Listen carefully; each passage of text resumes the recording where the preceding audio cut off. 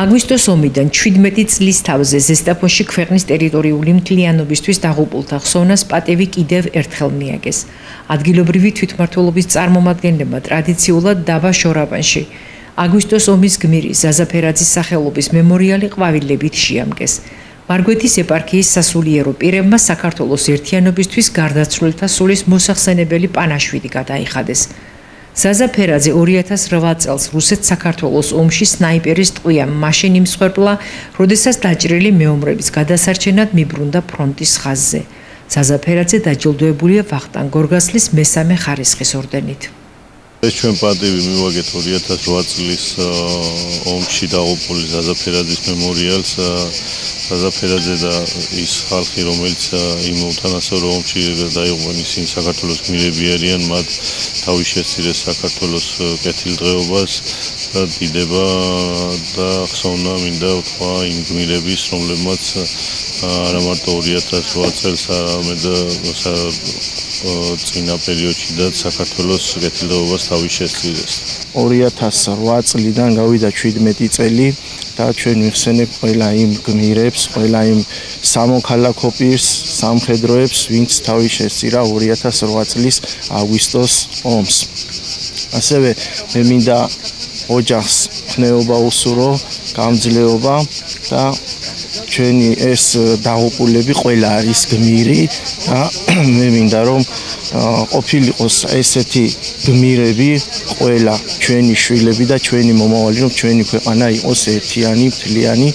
ეს ჩვენ რომ ცხოვრობთ თავისუფალ და ერთიან ქვეყანაში, ეს არის მათი დამსახურება, დიდება მათ და მადლობა მათ ოჯახის წევრებს ყველას. სამხედრომდე ეს იყო არაჩვეულებრივი, ყველანაირად ჩამოყალიბებული, აი ბავშვობიდანვე.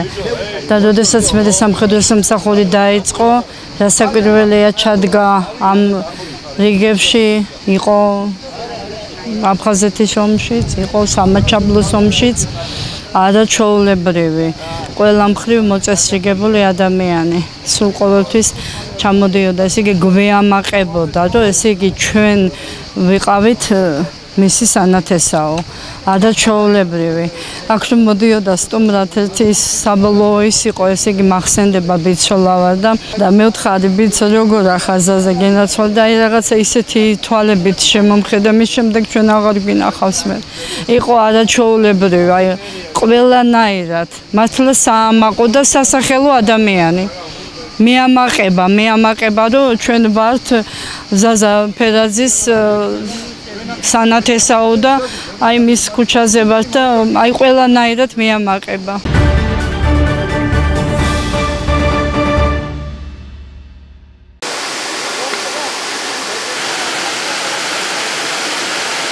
საქართველოში ტურისტული სეზონი აქტიურ ეტაპზე არის.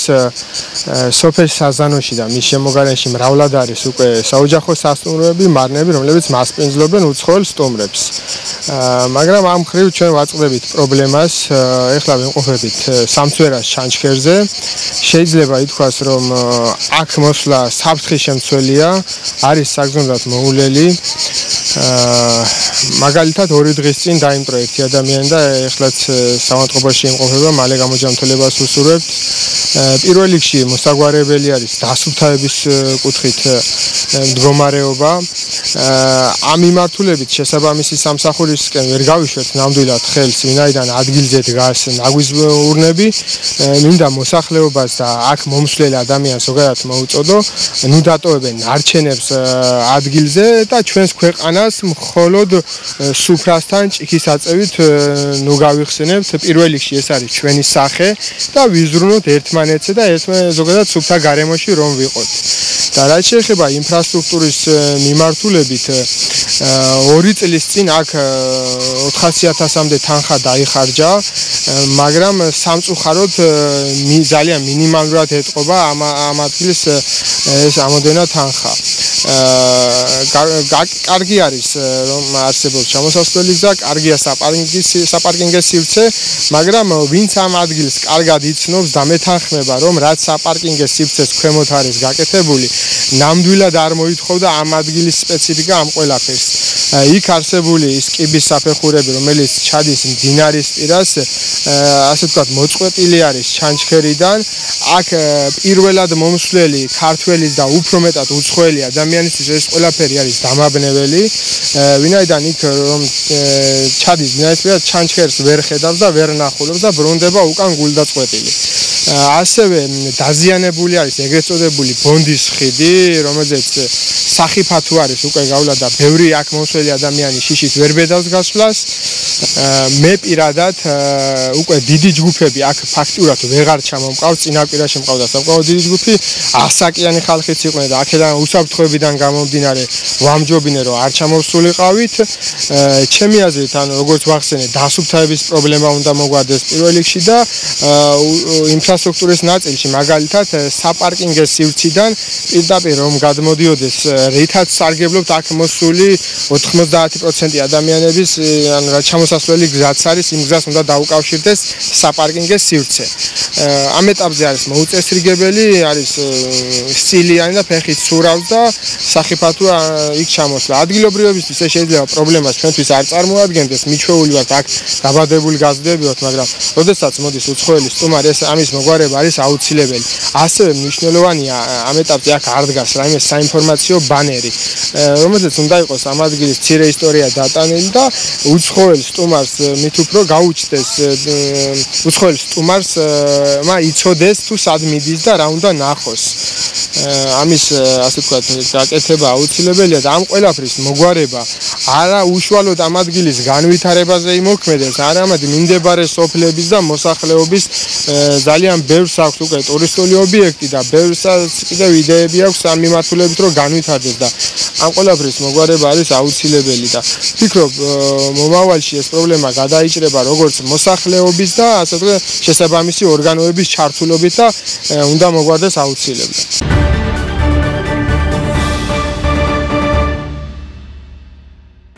სამინისტრო იქნება აბსოლუტურად შეურიგებელი ფაქტთან, რასაც პაციენტისთვის უსამართლო ფასის შეთავაზება ჰქვია. ჯანდაცვის მინისტრი მიხეილ სარჯველაძე ფარმაცევტული კომპანიების 560,000 ლარით დაჯარიმებასთან დაკავშირებით განცხადებას ავრცელებს. შეგახსენებთ, ფარმაცევტული ბაზრის მოკლევის მორიგი სკანდალური შედეგების გამო კონკურენციის სააგენტომ საქართველოში წამლების შემომტანი კომპანიები ჯამში 560,000 ლარით დააჯარიმა. დასკვნიდან ირკვევა, რომ 4 იმპორტიორი კომპანია ფარმაცევტულ ქსელებს მედიკამენტებს მაღალი ფასნამატით აწვდიდა. შედეგად მომხმარებლები წამლებს რეალურ ფასზე რამდენჯერმე ძვირად ყიდულობდნენ. დასკვნის თანახმად, ხელოვნურად გაზრდილ ფასებში ჩადებული იყო ისეთი ხარჯები, როგორიცაა ძვირად ღირებული საჩუქრები, მათ შორის ოქროს სამკაულები, მაღალი კლასის სასტუმროებში განთავსების ხარჯები, პრემიუმ კლასის ავტომობილების მომსახურება და სხვა.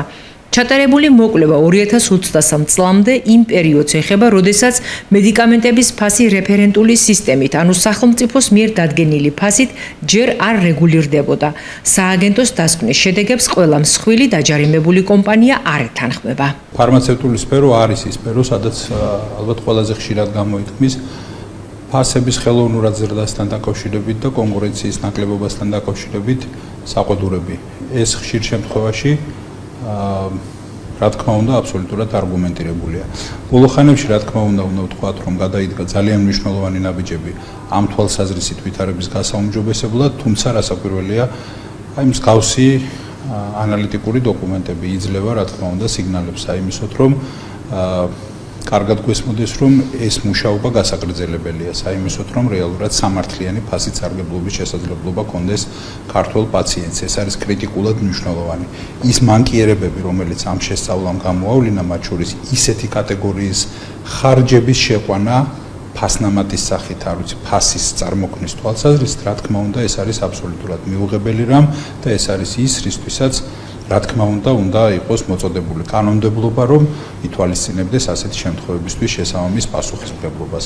მომავალში რა თქმა უნდა გაგრძელდება იმ მიმართულებით მუშაობა, რაც ნიშნავს მათ შორის რეფერენტული ფასების კიდევ უფრო მეტად გაძლიერებას, კიდევ უფრო მეტად ქმედითი რომ გახდეს შეიძლება მოცვის გაფართოებაზე ვისაუბროთ და ასე შემდეგ, მაგრამ ალბათ მნიშვნელოვანია კარგად გვესმოდეს, რომ სამწუხაროდ არის პრაქტიკები, რომელიც აბსოლუტურად შეუწყნარებელია სახელმწიფოს მხრიდან. რა თქმა უნდა, ეს პოზიცია იქნება შენარჩუნებული. რამ განაპირობა თავის დროზე მიმართვა, ბუნებრივია განაპირობა იმან, რომ არსებობდა ვარაუდი აბსოლუტურად არგუმენტირებული, აბსოლუტურად კარგად დასაბუთებული ვარაუდი იმასთან დაკავშირებით, რომ მსგავს მანკიერებებს შეიძლება კონკრეტულ შემთხვევაში ადგილი ჰქონოდა. ბუნებრივია, სადაც და როდესაც აღმოჩნდება მსგავსი ვითარება, როდესაც წავაწყდებით და არგუმენტი იქნება საკმარისი, რასაკვირველია, ყოველთვის ბუნებრივია, რომ მიმართავთ შესაბამის სამართალდამცავ სტრუქტურებს, რომელსაც ევალებათ სამართალდარღვევაზე რეაგირება, ყოველთვის, რა თქმა უნდა, ჩვენი სამინისტრო ამ შესაძლებლობას გამოიყენებს და ბუნებრივია, რომ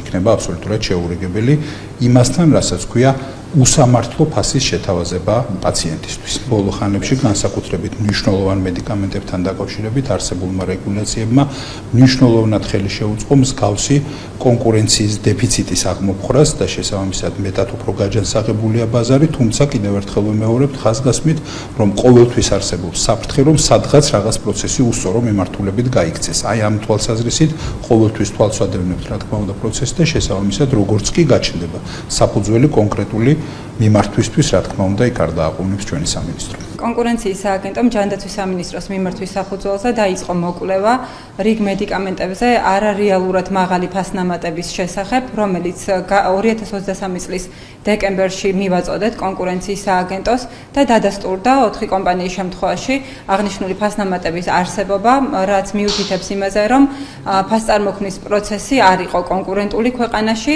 და მედიკამენტები ორჯერ, სამჯერ უფრო ძვირად და ხანდახან რიგ შემთხვევაში კიდევ უფრო მეტად ძვირად მიეწოდებოდა მოსახლეობას იმპორტის ფასიდან საბოლოო ფასამდე, ანუ აფთიაქის საცალო რეალიზაციის ფასი იყო ძალიან მაღალი, რაც რა თქმა უნდა ხელს უშლის ხელმისაწვდომობას აღნიშნულ მედიკამენტებზე. რაც შეეხება მედიკამენტებზე ფასების რეგულირებას და ზოგადად ფასწარმოქმნის პროცესს, რა თქმა უნდა, წარმოებიდან საცალო რეალიზაციამდე მედიკამენტს უნდა ემატებოდეს ადეკვატური ფასნამატი, რომელიც წესით უნდა ფარავდეს ისეთ ხარჯებს, როგორიც არის მედიკამენტის შენახვა და დისტრიბუცია. ასევე მარკეტინგისთვისაც შესაძლებელია იყოს გამოყოფილი ხარჯები.